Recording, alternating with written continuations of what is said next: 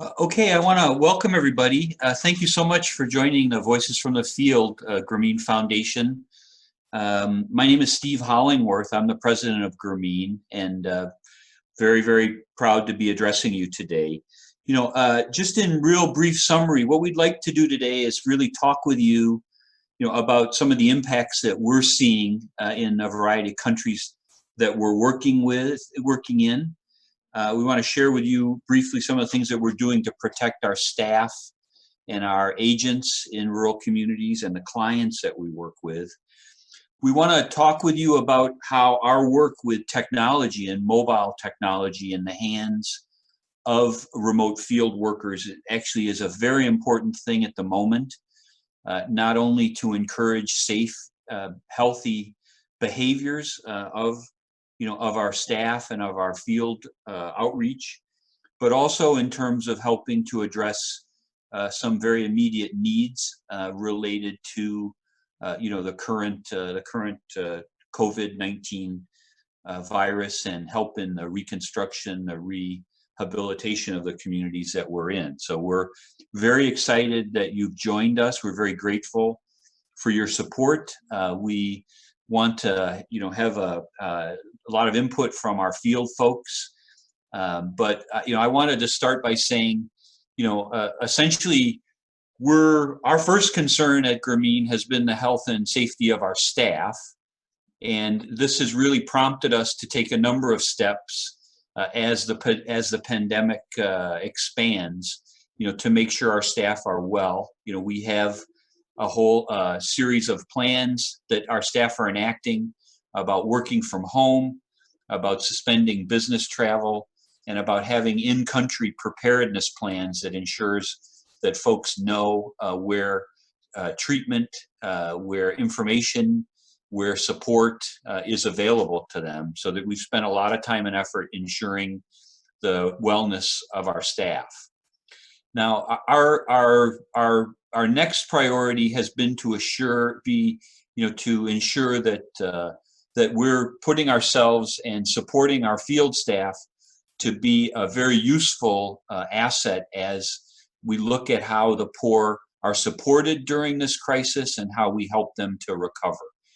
And as I mentioned, we view that our work in technology and with mobile platforms is a very big asset that we're employing at the moment, that we'll give you more details on. Before the COVID-19 crisis hit the world, we were already very concerned about the decline overall in terms of support and interest in the developing world, and we had seen that as a hit in some of our programs and have been concerned about it. But of course, adding on top of those more immediate trends about declining interest, particularly within the U.S. on international issues, this pandemic hits us, and it hits the developing world in a very catastrophic way. Let's be frank.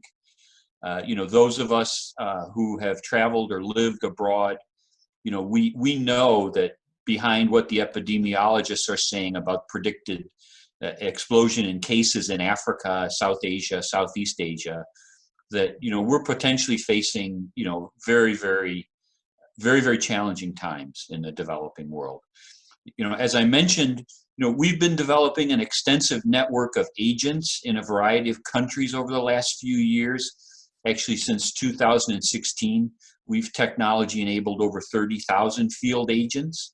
And we've done extensive work not only in the financial services area, in supporting the rural communities getting access to savings, lending, and other forms of financial services, but we've also had some very exciting work going on related to the Ebola outbreak in Africa. And we frankly see and are pursuing now opportunities to use our networks, our technology platforms, and this experience, as well as the leaders that you're going to be hearing from in a moment, to provide immediate relief and to help with communication about how to improve healthy behaviors at this time in some of the most remote and frankly vulnerable parts of the world. So I know many of you want to help, And we are very, very grateful if you can continue generously supporting our work. Please pay attention to our website. After this call, we will be shifting the focus of our website and of our social media largely to this work around the COVID-19 crisis. We'd also welcome your support online and through social media to continue, to extend the message of our work. And so I'd like to turn to some of our experts in the field with Grameen Foundation. The first person I'd like to introduce is Monica Amaponsa. Monica is a regional program manager. She's based in Accra, Ghana. And Monica, could you give us a little bit of an insight into what you're seeing in Ghana and what's been, the response of the government and neighboring countries there? Thanks, Steve. In Ghana, we have taken many of the precautionary measures that other countries have taken. The country's borders have been closed for some time now. There has been a mandatory quarantine and testing of persons entering the country, particularly those from international flights. So they were taken directly from the airport to a hotel, and then they're monitored to see if they showed any symptoms from COVID-19. Schools have been closed, and public gatherings themselves, large gatherings have been suspended as well. Thus, churches and mosques are closed. We've been asked to observe social distancing, along with health promotions on hand washing and the use of hand sanitizers. Currently, there is a mandatory lockdown of two of the major cities that were hotspots for the COVID cases that were found in the country. And that lockdown started on Monday and will last for the next 2 weeks, and then will be revised after that. So currently there are 195 cases, and then 5 deaths have occurred in Ghana. Thank you. And I do know from speaking to colleagues there that all staff are well and accounted for. We're very grateful for that.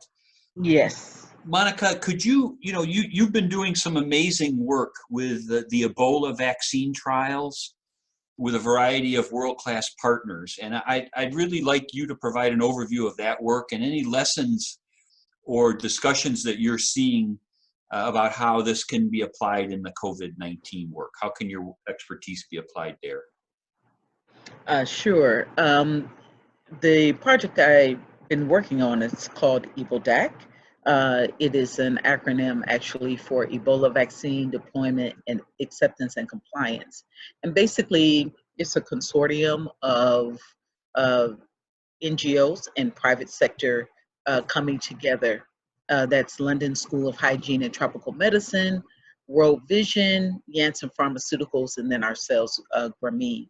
It was created basically because it grew out of the 2014 Ebola outbreak in West Africa, that between January 2014 and January 2016, over 11,300 lives were lost during that epidemic.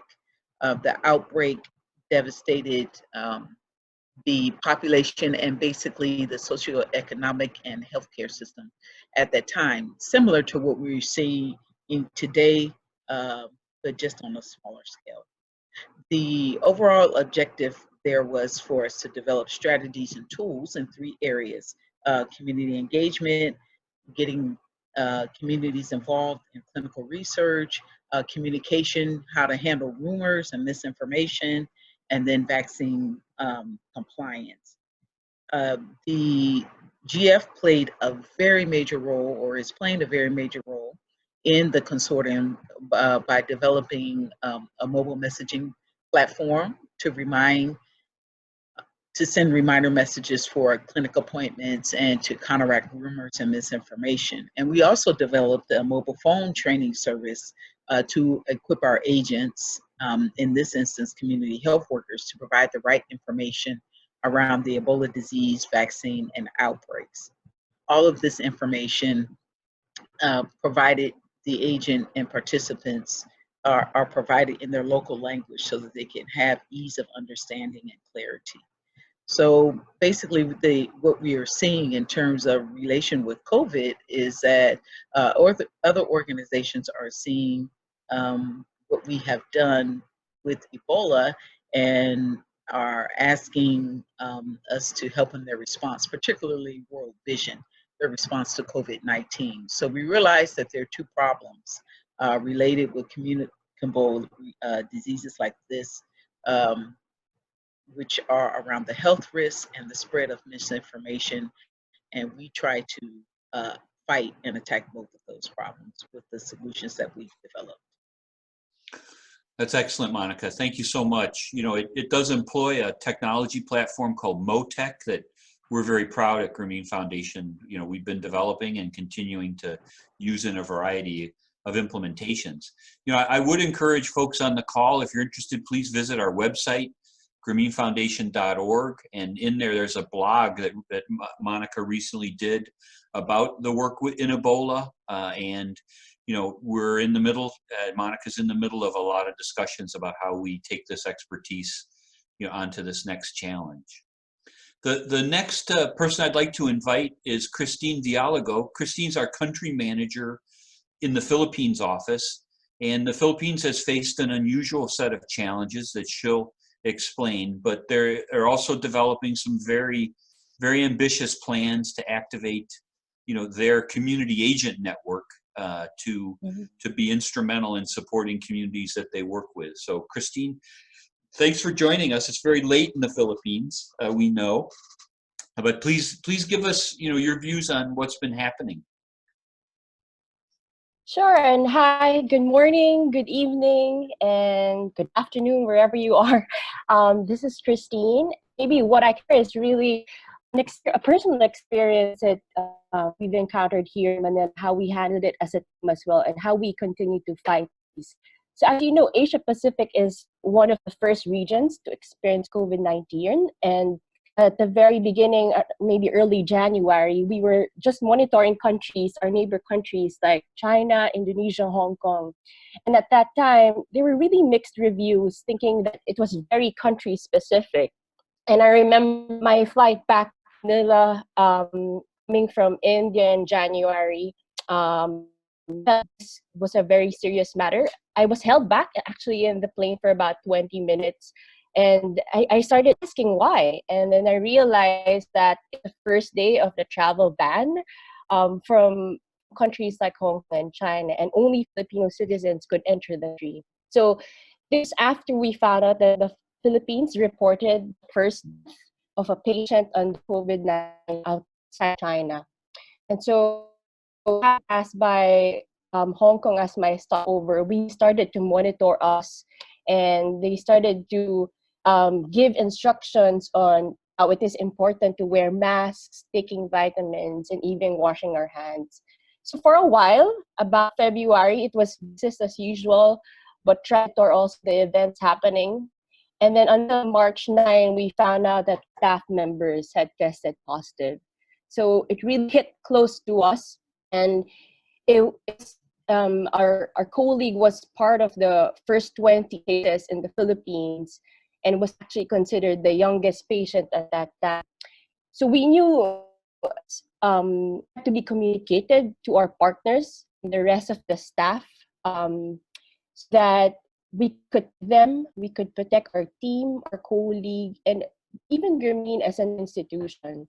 So we had like a Skype call to our team that night and just share the story of our colleague, what happened to him. And since our office was in the co-working space, we had to make an official statement to our building administrator, to our management, to the workstation, just so that we can send out a word that, you know, we've been exposed, but we're taking precaution. And imagine that how scary for some staff members, and the challenge to keep that sense of calmness and acting fast.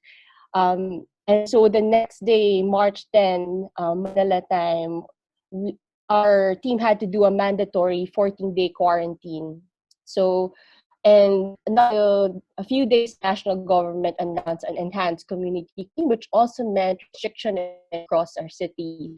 So up to date, we only allowed one person to the household to make essential bank transactions or groceries, or even going to the bank. So our enhanced quarantine is going to last until April 14, which also means that some businesses are closed, actually most businesses, and I guess the importance of having digital financial transactions today very much needed, very much felt.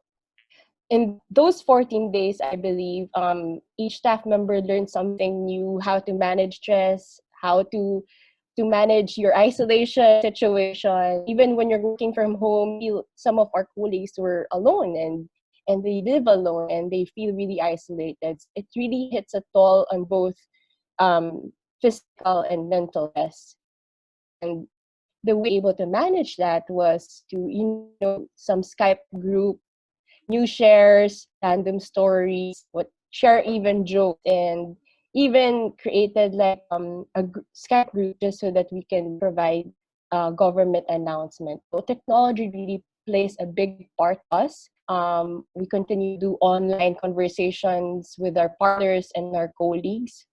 So each day we passed, we started to saw a strain, though, on health system, and as more individuals were diagnosed by COVID-19, the private hospital here started to release some. They're starting to have full capacity, meaning they don't want people, but they have no ways to do that if they are in full capacity. So Christine. the national government has passed it. Hello. No, please go ahead. Yes, the local government is now given the responsibility to contain the virus, even contain the panic of its people, so that um, we will have can control the situation at hand and make sure that the essentials are still being delivered to the most vulnerable groups. So there are different efforts being done by nonprofits, private institutions, and as of today, we are still in contact with our partners. Some have died, haven't, but we found out that a lot of transactions also of our agents are affected, that people go to them or home. Challenges Christine, very real at home. I wanted to break in just a moment if I could. You know, you've been an amazing leader Sure. with your staff on dealing with their well-being, but also, you know, you've been an amazing leader for us in looking at how we begin to focus our attention, you know, through the agent networks that we have. You know, in the Philippines, you have in excess of about 6,000, I believe, community agents. And, you know, could you give a little bit of a sense of what's emerging there in your planning? Yes, I think from now we begin to see that people are searching the essentials, and one of which is access to finance and access to cash. Having this community aid allows people to make sure their financial needs are still being met. So a lot of our households here have relatives from different provinces. Majority of the population can be in the urban areas, but because of the lockdown situation, or sorry, the community quarantine, some households have relative complaint and they can't get to each other freely. So having community agents is key to sending remittance. An average household in a month would send 3 to 4 times of remittance, both international and locally. So that, in essence, these community agents will definitely play a big role. And we're doing our efforts on trying to identify who can be the most vulnerable now, given that this COVID situation can last more than the next weeks. We expect that it's not going to die down anytime soon. So to be prepared, and having community agents can be very key in making sure that the households that need these financial services will be reached to them. Great. Thank you so much, Christina. We'll have a little bit more of an opportunity to talk about that. Again, you've been through kind of a very difficult period that's helping us understand in other countries what we need to prepare for. Thank you for all of your leadership. I'd like to introduce Alison Bardsley now, who manages our program quality and oversight. Alison, obviously things have been changing very quickly. It's still early days for us. Can you explain a little bit what you're hearing from other programs in other countries, and how we're looking to adjust our programs for the foreseeable future? Yeah, absolutely. Thanks, Steve. So our country managers across the globe have really responded quickly to the changing and challenging landscape of this pandemic, and especially its effect on our programs and our beneficiaries. And we're hearing about the impact of the virus on vulnerable populations across the globe, everything from the closing of small businesses, job losses, of course, a decrease in financial transactions, and we have deep concerns about an increase in child labor and gender-based violence. So our project teams on the ground have been in close contact with our project partners and even our beneficiaries, and are really working creatively to stay connected with one another through the use of technology to keep the projects moving forward despite not being able to get into the field and work directly with people. About over half of our projects will require some reprogramming due to the virus, and our teams are working very hard to pivot programming where possible to support our beneficiaries with really this added dimension of vulnerability that they're now facing with COVID-19. So rather than working in spite of the virus and trying to push projects forward, we're actually working to incorporate ways to respond to the impact of the virus within our existing programming. So for example, with an education project in Eswatini that's aimed at addressing gender-based violence for women affected by HIV, we're working to incorporate additional strategies and resources into the education to combat this risk of gender-based violence due to the added economic stress for households that they're going through as a result of the virus. Another example is the use of technology within our agent networks in India. You heard a little bit about what Christine is doing in the Philippines, and in India, our teams are taking a number of measures to support our mitras, or our network of agents in India. So what's happening there is, many may know that India is on a country lockdown, and so our work in the field has stopped. But the government has actually deemed the work of our Grameen mitras to provide financial services in their communities as essential work. So they can continue working, and it's become more critical than ever for our project coordinators to stay connected to these mitras and to support them in having access to accurate health information about COVID-19. And so what they've done is they've done a lot of really wonderful things for the mitras. They've created a WhatsApp group for the mitras to stay in touch with each other and receive encouragement and to receive updates. Our project coordinators stay in touch regularly with video calls, and they've even recorded health messages in the local dialect of Marathi for the mitras and their households, so that the health information can be very clear. Since our project coordinators can't meet with the mitras in person, they've also made a video to assist the mitras in downloading our digital financial literacy training so they can continue to study and practice during the lockdown. And these are just some of the many ways that our staff on the ground are responding to the crisis. But unfortunately, we know that we're just starting to recognize the impact that the virus will have on the world's most vulnerable. Great. Many thanks, Alison. Thanks so much. As everyone's hearing on this call, we're very, very focused now on how our expertise, our leaders, our technology platform, our networks, essentially can be employed now to help address, the impacts of this virus and preventing the spread of this virus.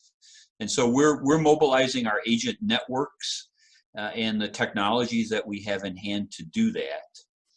One of the things that we're very proud of is our board has just allocated resources for us to begin an initiative, and we're beginning that initiative with a strong partnership with a group called Give Directly, and we are providing as of today immediate cash transfers to end clients who need them. And this essentially is being done in 3 phases. The first phase is a small proof of concept in a number of our countries where we'll be reaching out initially over this next week to demonstrate a successful model of identifying vulnerable clients, of providing the cash transfer and then validating the reception of the transfer to 100 clients in 3 of our countries. And then the second phase, and this is a much larger initiative that we're currently looking for much larger support from many different supporters, is essentially to take that concept of targeting populations that are at high risk using the Grameen community agents, open data sources and data from our partners to rapidly identify beneficiaries, deliver cash, engage with the recipients to validate the cash transfer to prevent fraud, and also to understand how beneficiaries are using the transfer. And we're also going to be incorporating health messages around safe behavior that beneficiaries and our field agents need to adopt, right? And that's going to be a 3-month initiative for us that, as I mentioned, we'll be scaling to reach in excess of 20,000 affected communities, largely in East Africa, India, and the Philippines. And then the main outcome of that effort really is for us to use our technology platforms and our links to partner organizations to have a phase beyond this, which would help us to significantly scale activities, if this crisis continues to deepen and extend. So that's the plan we're in now. We're actually executing the first part of that at the moment. Christine has been extremely involved in the Philippines. Our country head in India, Prabhat Lab, has been extremely involved in developing everything to get that ready to go. But we're very proud of the network, of the expertise, of the technology platforms and the leadership that we have to take this forward. So I want to thank my colleagues, and I want to thank all of you as supporters for being here at a very trying time, at a time though when I think the expertise of Grameen Foundation is even more required. So thank you very much. I also wanted to announce that we'll be holding another web chat in the coming weeks, basically to give more updates about how this campaign is going. We really would be very happy to take any questions or comments at the moment. Did we have any questions or comments, Kate? So if everybody that's calling in, there's a Q&A function at the bottom of your screen on Zoom. So feel free to use that to pose a question, and we'll put that to the panel. To get us started, we have a question that was provided from Sweta on LinkedIn. And she asked, how does COVID-19 impact micro enterprises or micro loan borrowers? I'd be happy to weigh in.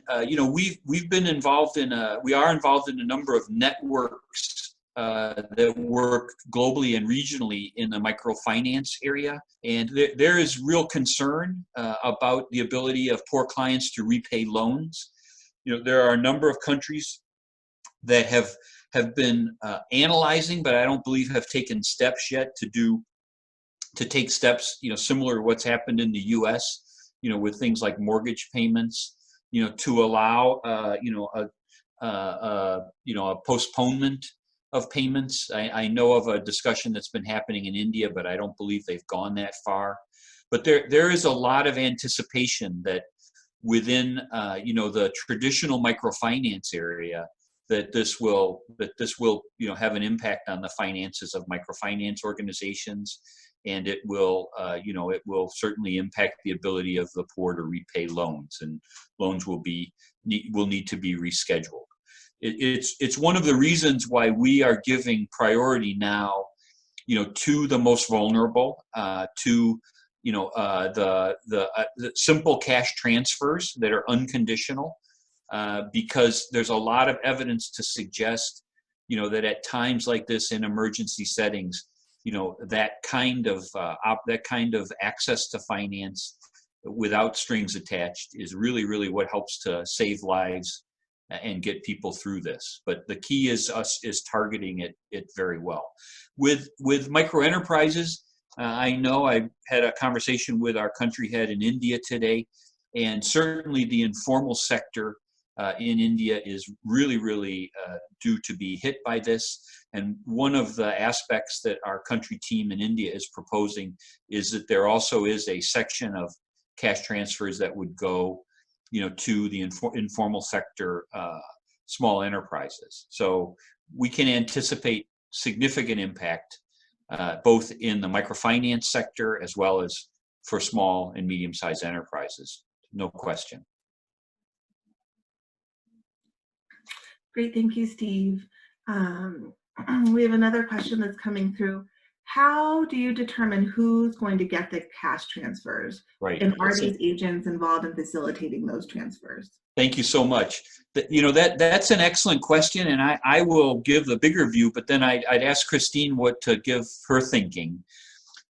One of the things that we're very grateful for with our Grameen community agents is that they are women who are very, very linked and have a lot of trust and relationships in their local communities. Many of them are women who've come through the microfinance world. Many of them have been successful in their own communities at setting up their own small enterprises.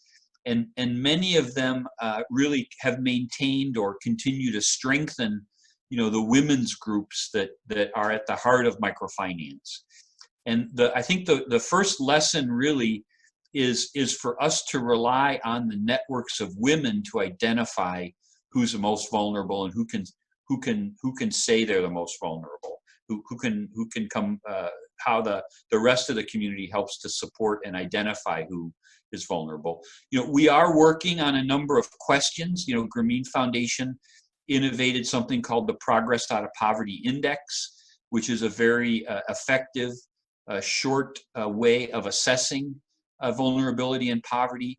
We do have that as a data set for many of our clients that we can rely on, also as a point of reference. We want to also ask questions and have the agents ask questions, a simple set of questions that can verify vulnerability. And then, we also want to have, and we're working on ensuring that after the cash transfer happens, we can conduct phone calls or SMS confirmations with the recipients of those donations to confirm, the information that was provided to us. But also, this is all very important to understand the local context and how, identifying, the most vulnerable can happen within a local context that's culturally appropriate. So, Christine, you may have some ideas to share about what you're thinking in the Philippines. Yes, true. I think local contact is so important to identify also the most vulnerable. We also look at the types of livelihood in the different provinces or different areas. Most of these households are agriculture households that might have their incomes to be very seasonal too, and when there's activity and there's no lockdown, their income streams are very are to a strain. And I think their immediate needs on food security and acquire those basic necessities and medicines are very important nowadays. And most households, we also look at average number of children and the average size to see who would need it. I think the key community agents is that they have the trust, like what Steve was saying, the trust, the loyalty. They are known already in the area, and they work with other groups as well. There is a sense of what we call bayanihan, the spirit of becoming and working together. So I think these times of crisis, that factor of trust and togetherness and community belongings is very much needed. Yep. Thank you, Christine. Are there more questions, Kate? Yeah, they're coming in. There's another one here that's a little bit more of a comment, but I think the gist of it is talking about, you know, what people are able to use these cash transfers for. The comment is there unconditional access to these cash transfers that allows people to use them for whatever they think they need, or are we putting restrictions on that? No, the evidence really in the sector, and that's why one of the reasons we're very proud to work with Give Directly. There are a number of groups that have been doing this in a variety of contexts. But the evidence is very strong that at times of vulnerability, at times of emergency like this, the best approach is not to restrict the use of it, to allow people to make choices in their own best interests with the resources that they have, right? And you know that there is a lot of strong evidence about that, and that's a direction we will pursue. However, you know, we will be verifying end receipt of sample sizes of clients, and we will be asking them questions about how they did use their resources. We want to know those things, but we won't be directing it up front. Great, thank you. Another question from Elon. Restrictions on movement are having a serious impact on migrant labor, especially in India. People are losing jobs, but they can't return home. Are there ways that your financial services might assist displaced migrants who are basically homeless and unable to return home? Definitely. I mean, we would like to ensure it. The major areas in India that we are currently working are in Maharashtra, quite a big presence with the Grameen Mitras, our community agents in India, and we're mobilizing now to work also in Bihar, which tends to be a big source of migrant labor, of course, for major metropolitan areas in India. So we're very optimistic that the Mitras can serve that community. Of course, you know, we're grateful to the government of India to allow the community agents, the Grameen Mitras in India, to be essential service providers, you know, and to be able to continue to, you know, to function and to operate. But one of, you know, our main priorities now is to make sure, you know, that they are conducting that using safe behavior at this time. The physical distancing, you know, we're doing our best to equip them with, the equipment that they need to be safe. So yes, absolutely. I think in both the geographies that we're in, we're well equipped to support some of the needs of migrants. Okay, great. Next question. I know Grameen has done a lot of work to promote savings as well as borrowing. Will your clients be able to access their savings during the pandemic so that they can pay for essentials even if they are out of work and unable to leave their homes? Yes, absolutely. Okay, great. One more question. What can we learn from Ghana and West Africa that would help Grameen and also other development partners, especially looking after the shelter-in-place orders have been lifted, things that will help speed the economic recovery in different regions?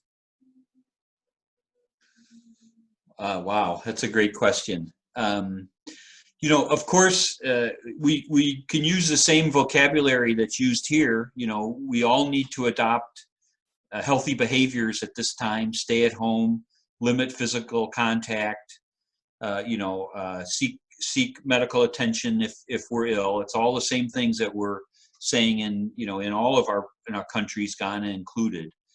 You know, the other thing that I think is really critical, and it really does follow the thinking that is emerging here in the U.S., is, you know, a huge side effect of all of this epidemic really is the economic disruption. And what we feel is that as soon as possible, if we can use, our network and our technology platforms, to do the best in understanding who is most vulnerable, how we reach them, and how we do continue to support them financially at a time of such economic stress, that's going to be a critical factor in helping, the longer term recovery. We don't know at the moment how long this epidemic is going to last. In a most recent staff call, I emphasized to people that, the time frame of this epidemic is going to be determined by the virus. It's not going to be determined by any of us saying we can start economic activities or go back to work. So we all have to be patient, but I think during that patience, whatever we can do to continue to help the most vulnerable among us to be as resilient as possible from a health point of view and from an economic point of view, it's going to make the recovery better for us. So that's what we're focusing on. And we believe, the different phases that I mentioned, we've already started now to reach out to 100 clients in all of our countries to test this basic idea. And then we're going to be expanding it, very quickly over the next 3 months and developing a model that allows us to bring other partners into this as soon as we can. We just don't know how long this is going to last and how deep, the impact is going to be, on the communities that are going to be under such stress, frankly. Hey, we have 2 more questions. Okay. First up from Cheyenne, who is the right person to talk to learn more about this new project that you're working on? So maybe the right person, or also where can they go to keep informed? Right. I'd love, do we have Cheyenne's contacts? I mean, I would think, Kate, you're probably the main person at the moment. Is that right? Sure, yes, I can reach out. That would be great. I mean, if Kate can do this, she's been the organizer of this work, of this outreach, et cetera. So, Kate, if you can maybe, put your email on or whatnot. Absolutely, and I'll just add to that too, as you mentioned, we're planning on doing a follow-up call for this, so look out for the email and social media posts for that. And we'll also share the recording of this. And I'll share that with my email address, so if anyone's interested in learning more or wants to be connected to someone directly, I'd be happy to kind of manage those and connect you to the right person. Thank you so much, Kate. And we will be now, highlighting this very centrally in our website and social media. And we're very, very grateful if you can help us, not only with your financial support, but to continue just to amplify, the message about this work and the needs that there are at the moment. So thank you. And that's excellent. Eric's final question was, what can I do to support these initiatives remotely? He's based in the U.S. So you just answered that a little bit, but I'll leave that to you for your final question. Well, I mean, you may want to take it, Kate. Sure. Thank you, Steve. Eric, thank you for asking that. I always appreciate when people ask those in these sort of forums. So, of course, first of all, many of you are supporters. We would be super grateful for any donations you could provide during this time, and to ensure that we can continue the programs that we've already been talking about and also ramp up this cash transfer work. You can go to our website and sign up so that you can get access to our emails and newsletters if you don't already get that. And as Steve mentioned, what would be fantastic as well as much as you can do to kind of spread the word. So share on social media, tell friends that you listen to this today. Whatever we can do to get the word out is greatly appreciated. We also typically promote a virtual volunteer program that we have called Bankers Without Borders. So if you'd like to learn more about that, you can go to the website and find more information. That's about it. Great, thank you. Let me try to bring it to a close. I was recently reading that actually all of us at the moment are practicing 14th century approaches to managing an epidemic. Evidently in the 14th century, physical separation, stay at home was about the only tool that the world had to combat an epidemic, right? And, it just has occurred to me more and more that I'm very proud of the work that we're doing at Grameen Foundation, because I believe we're applying 21st century tools to try to help overcome this, prevent it, and to help people be resilient and recover through it. So thank you for your support. This is a rapidly evolving, situation that has been having a lot of impacts on all of us, on our staff and on our clients. It's the very difficult picture that is in, I think, all of our minds about what could be and what is likely to be unfolding in the developing world. And, I'm just so grateful that all of you, are concerned, are interested, are, willing, to step forward at this time, and, be a part of this whole agenda, to support, the health and economic recovery that really does empower people, save lives, and really continues to build dignity, in some of the most vulnerable, communities in the world. So I just wanted to thank you. I wanted to thank my colleagues in Grameen Foundation for all the, the dedicated, work, extra effort that everybody's putting in at the moment. Thank you so much for joining us, and I look forward, to a call, a webinar in the very, very near future. Thanks so much.